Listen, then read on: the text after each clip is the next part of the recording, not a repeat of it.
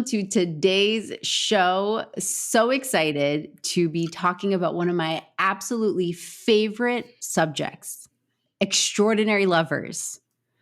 And today we have an incredible guest, as always, but very special today, Michael Gibson, who is a certified sex and happiness coach, podcast host, and co-founder of the Academy for Men. He's the mastermind behind the Extraordinary Lovers experience, and along with his partner and soon-to-be wife, Laurie Handlers, has created Laurie's Inner Circle, an online community offering podcasts, relationship courses, and weekly calls for those seeking more sex and happiness. So join us for a journey into extraordinary lovers with Mr. Michael Gibson. Welcome, honey. Thank you. Good to see you, Ria. Love you. Oh, it's so good. Always. I love you so much. Oh my God, we've known each other for so long. Yeah. I met Laurie in 2016, and I've known you. Is that you? Were you together already then? That's when we got together the first time, and then we had a little bit of a separation, and then we came back together. But yeah, that's I think when I met you in that time frame. Yeah, so good. That's right. Well, I'm so happy you're here. Thank you for saying yes to this. Extraordinary Lovers. I mean, I've been to your workshop. It's amazing. So much to be said. But that was years ago, and I imagine it's taken on a whole new life. So tell us all about that. And let's start with, how did you come up with Extraordinary Lovers? Well, Laurie and I, so Laurie wrote the book on sex and happiness, Sex and Happiness, The Tantric Laws of Intimacy bestseller. And so when I first met her, I didn't know who she was. And, she's an amazing woman. She's beautiful. She's funny. She's so New York. And we were intrigued with each other, started dating. And over time, I found out that she was living that book. So when I read the book, I got it and I was so excited about it. I was like, wow, this is really good stuff, and it was Tantra for beginners. I could understand it. Being a network engineer, I'm very, I'm left brain minded. So I'm always looking at things pretty much as an engineer. And when I read the book, it really solved some problems, some things for me. And so I started living it as well. And all of a sudden, our relationship just took off. And we started looking at each other going, pinch me. Is this real? Wow, I've never been so in love with anybody in my entire life. And, all of the things that go with it. Our communication has evolved, and we've taken really what we've learned from life together, and we've put it into a way to communicate it or present it to people so that they can take some of these tools and begin to put them in their toolbox and use them regularly. And we called it Extraordinary Lovers because our love was so extraordinary, still is. And we just found ourselves going, what do we do? How do we do this? How do we make this work? And I think we sort of just fell into it. So, yeah.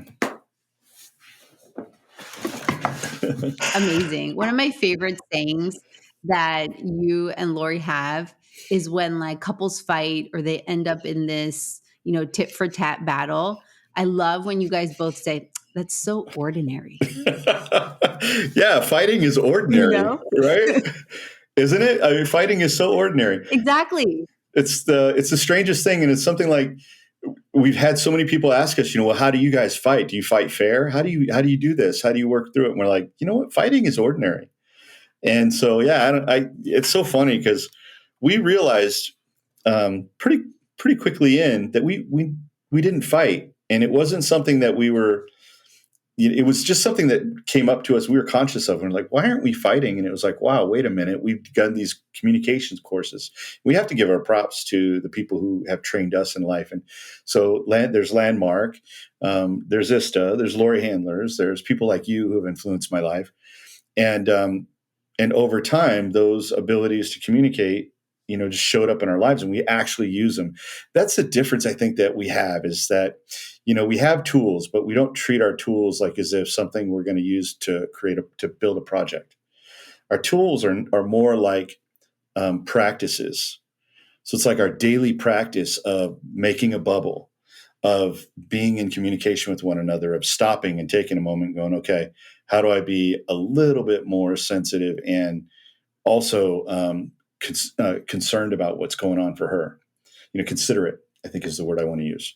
And so, like, those are just things that we're learning to do as a practice rather than having tools. And the tools are great because we can use them, at the drop of a hat. But I think it's so much easier for people to really get, like, wow, if you had enough tools and you really learned how to use them, you got good at, like, it was a skill now. It was something beyond just, oh, yeah, that's something I learned at a program I was in. We find that people actually have these amazing experiences of extraordinary love. So, yeah, I think that's really been a benefit for us. And fighting is so ordinary, you guys. Come on. you know? Totally. There's something to be said about that. And it's not to say there's anything wrong with it. It's not a judgment or an evaluation. It's just, hey, there's a certain quality of relating and connecting that is very basic and ordinary, that we're all under the human condition. Yep. And so, what does it really take to have extraordinary love? So, tell us, how has extraordinary love evolved over time? Well, it started out as, like anything. We thought, at first I thought, gosh, man, this is, anybody could really benefit from this. And so we were working with singles, and we had invited couples and thruples and everybody. We were just like, everybody come and um, take our class, and we got so much for you. And we do believe that it's valuable to singles and couples, because we talk about, how do you really have a conversation with somebody who's important to you, and even if it's really crunchy, right? Like that time that I had to tell Laurie that I didn't like to sleep over, and I didn't want her to sleep over, right? How do I communicate that kind of a boundary to somebody and be like, she kind of looked at me when I did that. She's like, what are you talking about? I says, I really can't have you. I really value my sleep. So we were teaching each other how we wanted to be with each other. And how it's evolved was, we first had it out for everybody. We wanted to share this information with everybody. And we found that we were having a division of people that really wanted to work on their relationships as a couple. And we started to see that most of the people that we were serving already who were coming to us were couples. They weren't singles going, I want to learn how to have a couple, although that's really important. There's a lot of people out there that can help you with dating and things like that. But if you're already in a couple and you're struggling, well, who do you go to? Like, who do I talk to about that? And we had a call yesterday. It was so beautiful. This couple were stuck, and they were literally in our last retreat that we had in Honduras. We've been all over the world with this. That's one of the ways that it's evolved. It started out being like San Diego and these little places that we're doing around the States. And now we're all over the world, Berlin, Italy. We've been all over the place. But we had this couple that had been in Honduras with us, and we loved them. And we got on a call with them, and we're like, just reminded them of a few things. And they're like, oh, that's right. That's right. Yeah. So this is how we return to love. One of the things that we've made it really clear is that we're not going to give you a bunch of like really complicated stuff to learn. It's not rocket science, and it certainly is. There's biology and stuff involved, but it's more like, here's what we know that works. Try it. And if you like what you see, great. And if you don't, tweak it and make it your own. So there's a real creative process to this. And we think that people are up for the challenge. So we've been giving people, different kinds of homework on how to be juicy and how to be sexy and how to seduce one another. And that feels good. So the evolution now is we work mostly with couples. And we have retreats now that are specifically for couples. And we also have a 3-day experience that allows couples to have a real experience of what it is to actually be in love again. Kind of break through some of those walls that we've been building around ourselves to kind of keep us safe. I don't know in your relationship, but in a lot of my past relationships, over time, as I got more familiar with somebody, even Laurie, there are times where it's just like, God, I think I know you pretty well, but I really don't. But then I start putting up a wall around myself, brick by brick. The time I didn't say anything, that resentment that starts to build around us until we've got a wall in front of us, and then it becomes resistance, and we don't really want to be with that person anymore. We're able to take people through that and say, can you identify where you're at? Can you identify if you're there? And if you are, again, here's some things you can do to really move out of that. I think our biggest, if I can just say this, because you didn't ask the question, but I'm going to throw this out there. Our biggest, if you want to call it like our biggest thing that we teach, the topic that we keep coming back to is when you become good at returning to love, is teaching people how to become good at returning to love. Because we fall out of love sometimes and it's just normal. But what's extraordinary is if you can learn how to, as a skill, return to love. And when you know that your person, when you have something hard to say to them and they can say it back to you, and then you can return to love even so, even if it was painful. And that really comes from Laurie's book. There's a chapter called The Mirror of the Beloved. I think it's chapter 8. And I'll tell you something, that's really what we practice. And so we teach people kind of how to do that. Yeah. So beautiful. It's so good. I remember in my marriage with my current husband, we took a massive pause. And I think it was about a month after I had moved out, we had this huge blow up, this huge fight, and I moved out, and it was one of those like middle fingers up, F you, Yeah. I'm blocking you. It was bad. It was like really, really bad. And you know what? Very ordinary, right? And I think he and I were both signed up to come to Extraordinary Lovers in San Diego that weekend, a month after we had this massive breakdown. And I remember leaving Laurie a message saying, hey, honey, Kenny and I broke up, but I'm still coming. And, it was like pretty heartbreaking. Yeah. But being able to go there, go to the workshop, experience the tools, like it really provided massive space for me to hit the pause button on the ordinary internal dialogue and stories I was telling myself, right? As if Kenny or my beloved and my partner was the enemy somehow. Right. Like it became this tit for tat, like opposing, conflicting, like argument of right and wrong, zero sum game. And being able to come to Extraordinary Lovers allowed the internal walls, as you put it, these barricades of me versus him, right? Me versus the other, to melt and to really let the fangs and the claws to recede. Because it's like, hey, the foundation is love. And it took another month or so, but we were able to heal and reconnect. And fast forward years later, we're married, happily married. Yeah. So this is for real, for real. I'm a testament to this word. Oh, that is so lovely. That is so wonderful. Yeah, it's great. And we love Kenny. I'm like, oh, you guys are going to be at our wedding soon. That's coming up. So I know, I'm so excited. yeah. That's a wild story in and of itself, man. So I think that when people are looking at their relationship, and especially if you've been in one for a while, right? How long have you two been together? 7.5 years. See, just a little bit longer than Laurie and I. Well, actually about the same time. Yeah. Yeah, about the same. We're going on 8 years. Yeah, about the same time. Yeah. I met Kenny the same year I met Laurie. Yeah. And it sounds like you also met Laurie in 2016. So we all met around the same time. That's correct. Yeah.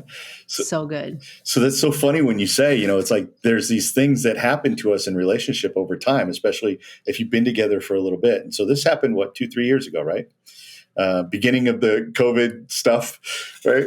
So, and that's when you got to come to the San Diego event. And oh my gosh, I don't know how many times I've seen this happen, and it's happened in my own life, where it's so ordinary. It's so you go from space to space to space, and then you find yourself with the enemy of your soul. When you first met, I mean, can you relate? When you first met, you were so in love. You were so like, oh, this is my person. You would be like, you would fight other people for this person. You're like, I love this person. And then over time, but the bickering and the fighting and even just the little things are feeling like you're walking on eggshells now, and you can't say anything because you're afraid.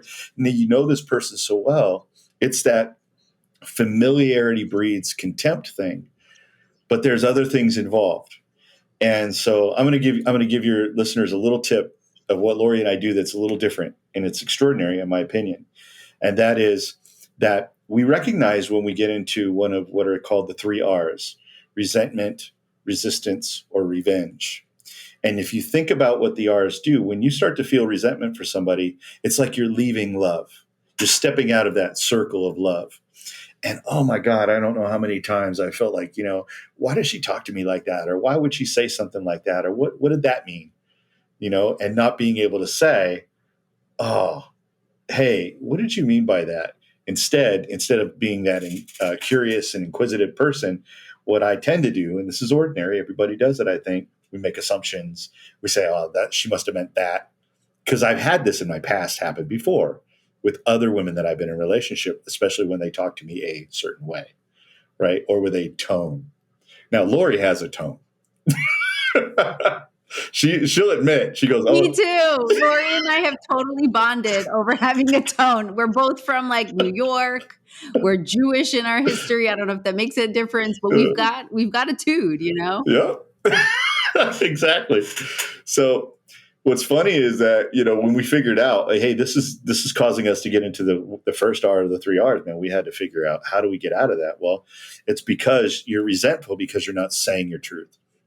So the first thing I would say to you, anybody actually, is, you want to return to love. The first thing you can do is start to speak your truth and to say it in a way that actually your person gets it, right? And I think if you can relate to each other, if you learn how to relate to each other, which is not easy to do if you've got a past. And I don't know about you, but I've got a past. You know what I mean? Like I have. Same. I know what you mean. Same. Yeah. So it's like, how do I then not be my past with this person? And that's one of the things that Laurie taught me, I think early on, was how to be current. And so, even in ISTA, we learn those tools to release emotions and to move energy and to get that stuff out of us. Because if we don't, we just hold on to it. The body keeps score. That's a great book. The body keeps a score. So if we can get those things out of us by doing regular practice of emotional release, moving energy, you can begin to take those things that used to impact and affect you in your past relationships and get them current so that you're not dealing with that with this person. This is not the person who was that person, and too often, man, we walk into new relationships and we're bringing everybody else with us. Yep. All of them. We're bringing our parents, our society, culture, programming, all of it with us into the bedroom too. And it is messy. Yeah. Yeah. So now you're current. Now you're current with everybody, or now you're current with each other. It becomes easier to return to love. So beautiful. Yeah. So that's resentment. And then resistance, I imagine, and then revenge. It sounds like a downward spiral. It is indeed a downward spiral. Yeah. And noticing where you're at. I mean, what does resistance even look like? It's, you know how it feels, I'm sure. Like when somebody walks in the room, that you're in you're in a space where there's a lot of good friends there and things are going well and it's so exciting. And then all of a sudden somebody walks in the room and you've had resentment for them for the past and you don't want them there. And you feel this. Yeah.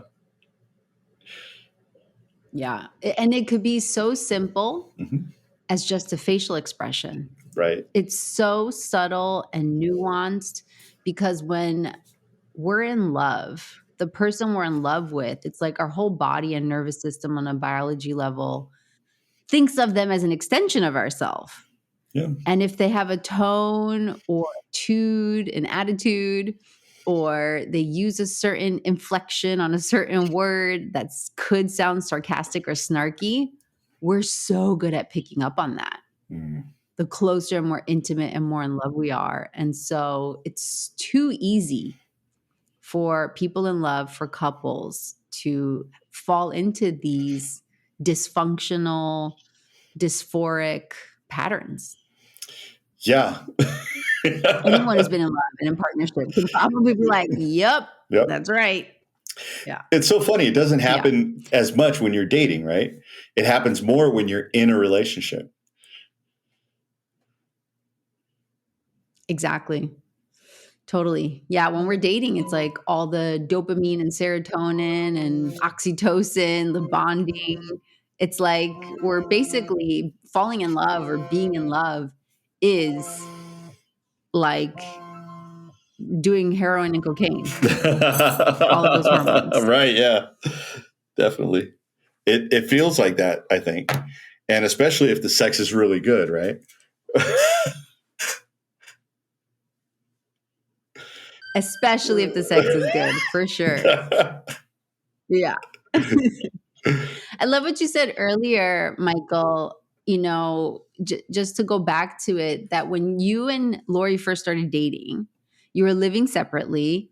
I think like a 4-minute drive from each other. Like you met somewhere else, but then you learned and found out that you lived 4 minutes away from each other in the same city. It was like so interesting. But then the whole thing of having a difficult conversation around not having sleepovers, right? Like how to have that conversation. And then I hope you don't mind me sharing this, but I also remember another boundary you had was no showers.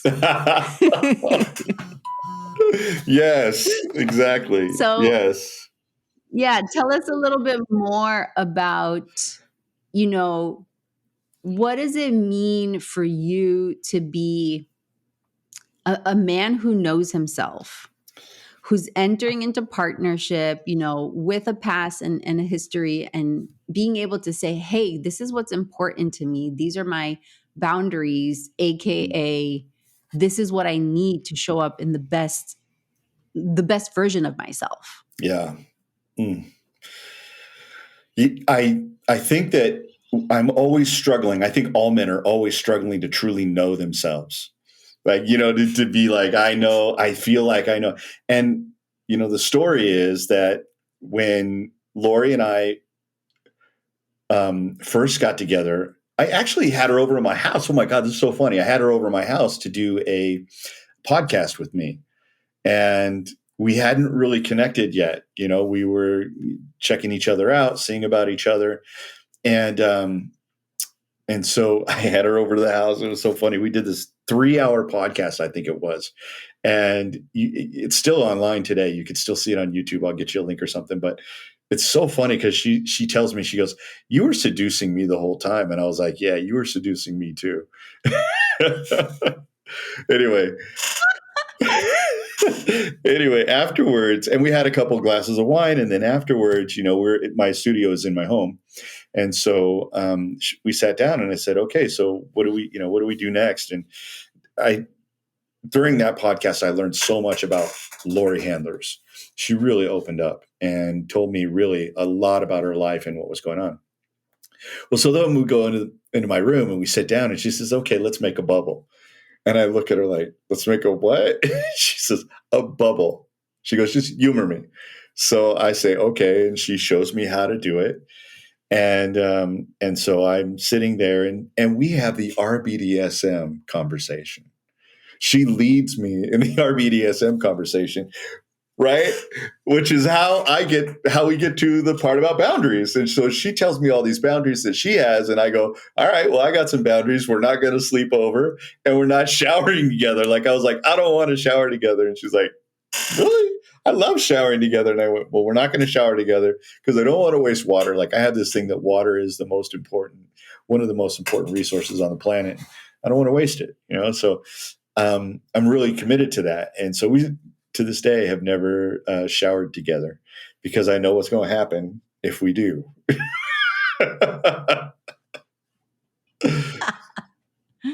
But baths are fair. Baths are great, and yeah, saves water. So Yes, exactly. I love this. I love this story. I know I've heard Laurie's version of, how the two of you came together in the RBDSM, conversation. And all of it really distills into what you're teaching through the Extraordinary Lovers experience yes, of it does. being able to have difficult, challenging conversations. And, my take on it, and I'd love to hear yours, is I imagine it's because it's really vulnerable to expose ourselves and to say, hey, this is what really matters to me. And I hope you, the person I'm in love with, who I'm intimate with, my person, my partner, can really accept me, and not just accept me, but like celebrate me Yes. for all of my weird quirks and, you know, oddities, right? Like uniqueness. And that vulnerability of exposing myself, especially if I'm exposing what doesn't work, what's challenging, what's difficult, what's not allowing me to show up as the best version of myself because of something my partner said or did or behavior or et cetera, circumstance, right? Mm-hmm. Yeah. So I'm just curious, what's your take on this avoidance of difficult conversations? Why is that ordinary? Yeah, well, it seems to me, I don't, if I remember a time when I was married. I was married for 16 years, and I can remember a time where I wouldn't talk to my wife about anything, and mostly was because I had learned what would happen if I said something a certain way or if I didn't say it right, and how she would like come back at me. And I had my own version of that towards her. Like she learned me and I learned her. And it was like, I think the reason that we don't do that is because we learn it as children from our parents who probably interacted that way. Like they learned how not to, don't piss dad off, don't upset mom. If you came from a family like that, most of us, I think in this generation, my generation, and maybe the next generation a little bit, didn't have both mom and dad there. I had mom, and I had to learn how to be with mom as well, right? But people, I just think it's just normal. Like I don't want to say a hard thing to, um, I don't want to say a hard thing to my boss. Like I don't want to have to tell, or even a good friend is a little difficult to say, hey, here's a thing, we need to talk about this. And but I think it's even harder when it's a love interest. It's your beloved. It's the person that you are really vibing with and feeling into and even see a future with. You kind of don't want to jeopardize that, right? Like there's a bit of us that are afraid to lose. It's a part of me that doesn't want to lose her. And so as I started to interact with Laurie, I started to see a person who could hear it and hold it and had it. And as for myself, I developed myself along years of doing my own personal work that had me connecting with, these are my values. Like something we teach in the in both the experience, which is 3 days, and also the retreat, is connecting our values to our boundaries. Like if you listen to what I said earlier, the reason that I don't want to take showers with anybody is because I have a value, and the value is that water is precious. So it's not this arbitrary reason that I don't want to take showers, right? Like it's not just whatever. I can communicate not only the boundary, but I can also communicate the value behind the boundary. And I believe that values and boundaries are directly connected. Boundaries protect your values. So it's hard to have a conversation about a boundary that you have with someone because we're not skilled in being able to say, hey, I have a boundary around this, and here's my value. Here's why. And if you can communicate that well, it's becomes so much easier to have harder conversations with people. That's just one part of it, right? But I think what you said is it's because it's ordinary, because we don't get that kind of a skill training. Nobody teaches us. Laurie says it all the time. We should have learned this stuff in junior high, seventh grade. We should have learned about sex in seventh grade. We should have learned about like the real stuff, how to communicate, how to be in a relationship, how to negotiate things, how to set up agreements and that kind of stuff. And we're just not taught that. So the reason it's ordinary is because, we're a culture that doesn't, I think we find it important, but we're not a culture that teaches it well. That's right. And we don't teach it and we don't learn it. And then those who haven't learned it and haven't taught it are then teaching the next generation. So we just keep on passing on only what we know. And we just don't know what we don't know. Yeah. And this is why the work that the two of you are doing is so valuable, so incredibly valuable. I'm so grateful that we've been such close friends and allies for so long and so many years. And I'm really in awe and amazed at what you and Laurie have been able to create. And just you. I fucking love you, Michael. You're amazing. Thank you. I love you too. You're amazing.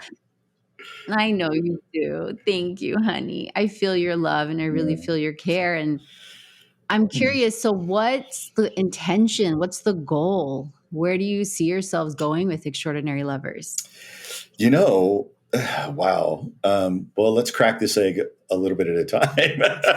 So where we want to go with Extraordinary Lovers is we want to be able to give couples really powerful experiences over 7 days, and then also take them into a longer experience of being able to live out some of these new tools and practices that they'll have. And we want to do that with the help of other people that are already in our community, And so what we've done is we've started to put together, different, events around the world, obviously. But we wanted to support that with something. And for the longest time, we would go and, let me say it this way, we would go and have an amazing event, a 7-day experience in Tulum, or, a 5-day experience in Italy. It was just like we were doing these incredible events and retreats. And then at the end of it, we were like, how do we support you going forward? We had no idea. And it was on my mind and it was on my heart. And Laurie and I were constantly talking about, how do we support these folks after they complete this amazing experience and they really get transformation from it. And we didn't know, but I did know this. I knew this. They got transformation and I wanted to be in their community, because what they're learning from their own relationships, they can teach me. And I need a community like that. As much as I feel like, I need to be a part of a community, I think I need the community to be part of my life too. And so we started looking around. And the other thing that I knew a couple of things. I knew this, right? That. And I knew that Laurie had an amazing following of just powerful, loving individuals. Huge, huge community of people that just absolutely loved her. And so I started thinking about, well, how do we support these people who we've been in service to in the past, who are graduates of our work, and also who might show up sometime in our lives. And so we started talking to each other about creating that, and we did. And now we have something called Laurie Handler's Inner Circle. And so Extraordinary Lovers is our main focus right now. Going forward, we're really working with couples. But Laurie has this huge body of 25 years of work that she's done, videos and audios and podcasts and movies. I mean, movies. So we're taking all of that. We've been, for the last 6 months, taking all that stuff and putting it into Laurie's Inner Circle. So people have courses, and there are movies and all the other things that I mentioned, and also weekly live, where we get on live like this and we get on with a group of people on a Zoom call, and we jam. We have a good time talking about stuff, and usually about relationships and how to make them work. And then the other thing that we do is we also, once a month, we have a couple that we bring on who are struggling with something, and we work with them right there. Everybody can see it. And then of course we replay that. We have that available to the rest of our members whenever they want to, they watch it, they can. But there's that. And so this inner circle was something that I felt in my heart was not only a labor of love, but it was necessary to bring all of her content together and make it available to people who love her, first of all. And you get to see, we've got some video up there with Laurie with long hair, So 2016, I think she changed her hair a little bit. But before that, she had nice long hair, very, very sexy. Oh And my we have goodness. video of her when she was, 20 something years ago. Yeah, it's incredible. So I'm very excited about the inner circle. We're inviting, by the way, we're inviting you and everyone else to come and join us there, because we are doing that work still. We're letting it, we're having it actually be alive and present and ongoing in the inner circle. And then when we get together at a retreat, it's sort of like a family reunion. So that's really our vision for the future. So good. It's so good. I love everything you're saying, especially the part about not just being a part of a community, but a community being a part of your life. Yeah. Like it takes a layer of exposure and vulnerability to really say, hey, I need support or I need help with this. It's like that Einstein quote, you can't solve a problem with the same thinking that created the problem. Yeah. Ding. And there's just yeah, ding, ding. There's just unsolvable problems that come up in partnership that's romantic and you're building a life together. And some of these problems are just unsolvable. It's learning how to accept them and work with them and get support through them. And I think the isolation we have of being so separate and this very strange, ordinary way of being, which is don't air your dirty laundry, right? Like put on a smiling, happy face, only post things on social media that's like celebration worthy, but keep all your drama and all the day to day mundane BS to yourselves. And how like lonely is that? That's so unintegrated. Right? It creates this like facade to the relationship or like the outer foot. And I'm not saying like we should put our drama and our dirty laundry out in public. No, but with trusted community, with trusted friends, with trusted allies. Like Yeah. I know I have only been able to be in a successful, happy, open marriage, right? Right. Yeah. That with all of it that it comes with, if it weren't for you and for Laurie and all of our trusted people who have had our backs and were able to hold a vision of something greater than us, and like part of what was able to melt the huge wall I had built against Kenny years ago with the separation we had, Laurie came to me, tears in her eyes, and she said something along the lines of like, Ria, I love you. And I love you and Kenny. And I love you two together. And I'm sad. Like, I'm just sad. I know your love. I've seen your love. I've been with you too. And I'm just sad that your love is in shambles, basically, right? She didn't necessarily use those words. But just her exposing her sadness, like reflecting that back to me, really like I felt met in my sadness that I couldn't access because I was too busy being angry. And so all of this to say like the quality of content that you have and provide participants in your coaching and your guidance and your love and your awareness, it's so attuned to like a really high vibration of something extraordinary, just beyond the pity party ordinary or collusion or gossiping, which is so ordinary, or, right or wrong, so ordinary. And I love how you're committed to what's extraordinary? What's beyond that? And it doesn't mean to bypass any of it. It's to take what's ordinary, right? Like you're digesting what's ordinary and then you're choosing powerfully to something that's extraordinary. Mm-hmm. So good. Wow. So well said. So good. Thank you. Yeah. So well said. I mean, yes, that's it. And think about this just as an exercise, a thought exercise. Think about like, and what I'm doing ordinary? Is it what would it take for it to be extraordinary? And extraordinary. And if you can take those two and start to see the polarity between them or see the differences between them, like what's ordinary is this, because I do this all the time. And we call that a welcome to your life moment, if you remember, right? Welcome to your life. Oh shit, I'm doing it again, right? Or wait a minute, I have a choice here. I can do something different. And then making the choice as to what it is that's going to be different. And all it takes for something to go from ordinary to extraordinary is just a little extra.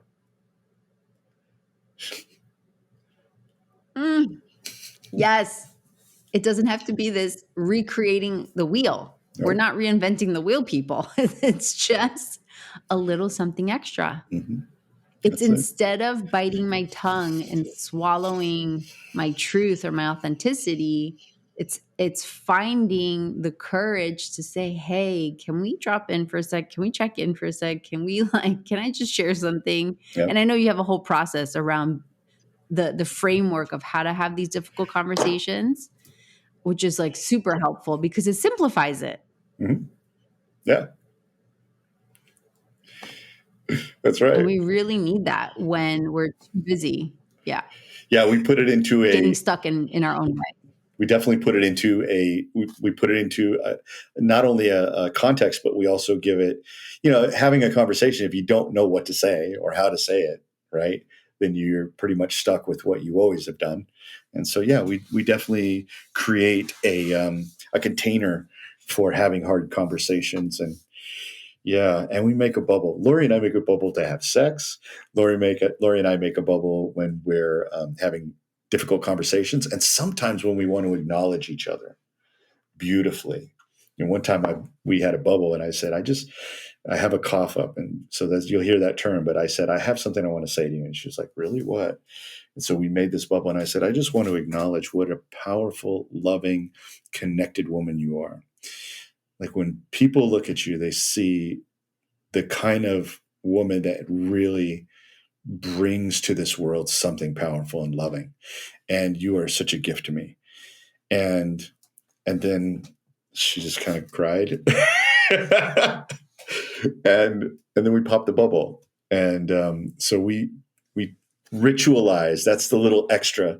We ritualize things that sometimes are just normal. Like you just say something normally. So. Yes. Huge acknowledgement to the powerful woman Laurie is. My relationship with her was a really significant high percentage of being able to heal my mother wound. Ooh. If it weren't for Laurie, like that was big. That was something I was carrying for decades and decades, like way into my 30s. And if it weren't for Laurie, I would still have a chip on my shoulder and be dragging that thing around. And all to say, the man behind the extraordinary woman is you, Michael. And no other man can make Laurie blush and tear up and cry and shout in ecstasy and all of the above. So it's really such an honor to witness you and your magic and your stand for love, for Laurie, for what the two of you have, and your vision of really creating something special for so many people. Thank you. Thank you, sweetheart. I love you. Thank you. Yes. You've really changed lives. You've really touched them. So, something I love that you say and you've said is couples are an endangered species. Yeah. Laurie, Tell us a little bit more about that. yeah, I mean,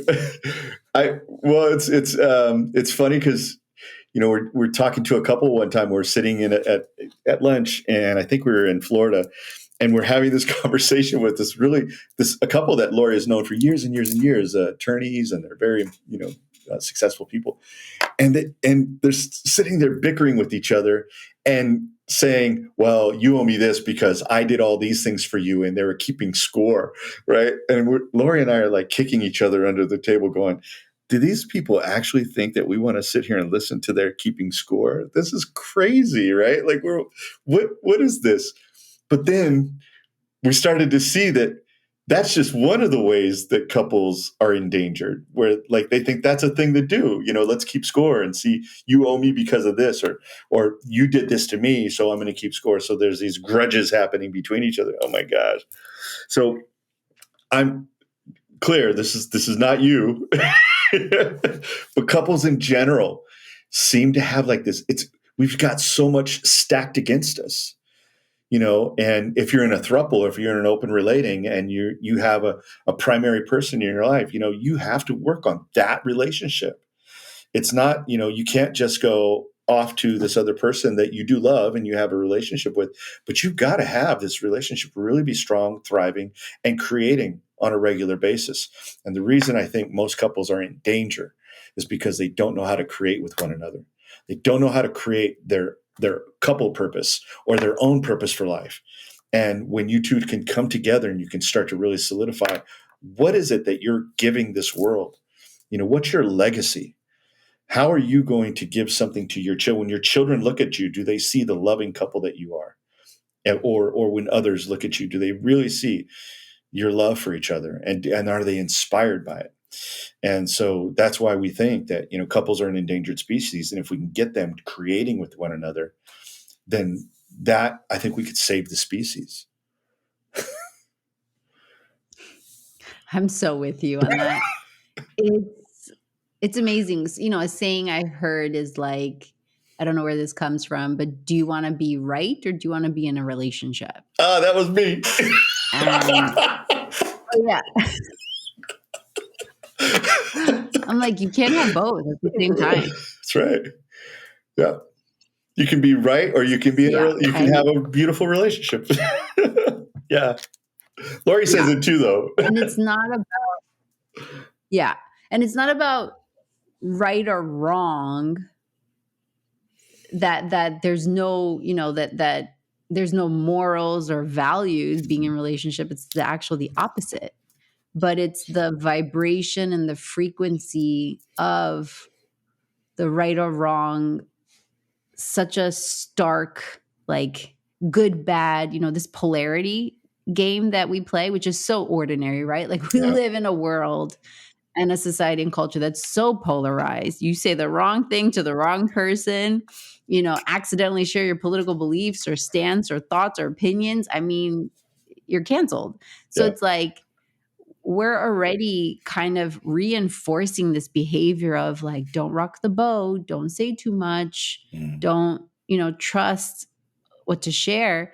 And then we bring that home with us and we bring that to bed with us. And we expect to have a happily, happily live in life or intimate, passionate sex life. I mean, there's no way. Yeah. So I really appreciate these distinctions that you're bringing to point to what is. And we're not trying to reinvent the wheel, but we're really trying to live an extraordinary life in love. Ding. Where's my bell? So good. Ding, ding, ding, ding, ding. Yeah. So good. Yes. Awesome. So we're going to wrap up here shortly. And I didn't prepare this to you or prepare you with this ahead of time, but there's something called quick fire questions. Ooh, okay. That I'd love to ask you. So I'll ask you a question And then in 5 words or less, you get to answer. But before we jump into those, is there anything else you want to just share? Any PSs around what it means to have an extraordinary love? Oh, that's a good question. I right off the top of my head, the important thing I think is to return to love. The extraordinary love is someone, an extraordinary lover is someone who is becoming skilled like daily in returning to love. You know, they acknowledge and they recognize that there are hurts that are happening and sometimes happen without anybody meaning for it to happen. But one who is an extraordinary lover is someone who can return to love. And I feel like that's the most important thing. And I just have to say, um, you know, Baba Des Nichols actually gave us that term, return to love. And so we're really, we're so thankful for that because it's wisdom, it's supreme wisdom. We want to make sure that if you think about your life and where all those hurts and traumas have come from, is it possible to return to love? And when it's not, that's okay.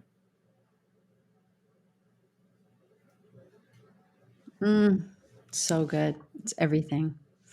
All right, Michael, you ready for some quick fire questions? No. Yeah, go ahead. Let's do this. All right, let's do this. All right. In just a few words, 5 words or less, what does freedom mean to you? Whew. Freedom means choices. What's something new you've done recently? I've learned how to use AI, ChatGPT. What did you eat for dinner last night? I had Chinese with Laurie at our favorite place, Flo's. What's something you've failed at?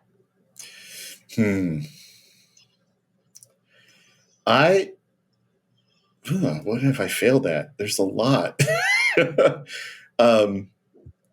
feel like I failed in some ways in my first marriage. And yeah, I wish I would have known then what I know now. Yeah. If you were a piece of furniture, what would you be? Oh, a tantra chair.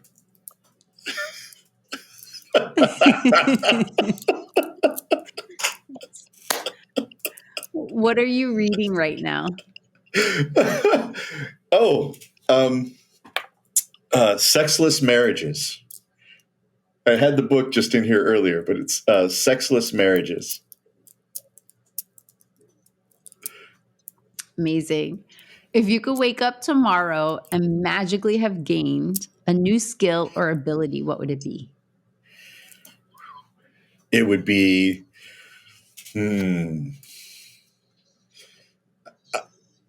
either remote viewing or reading people's minds, maybe both.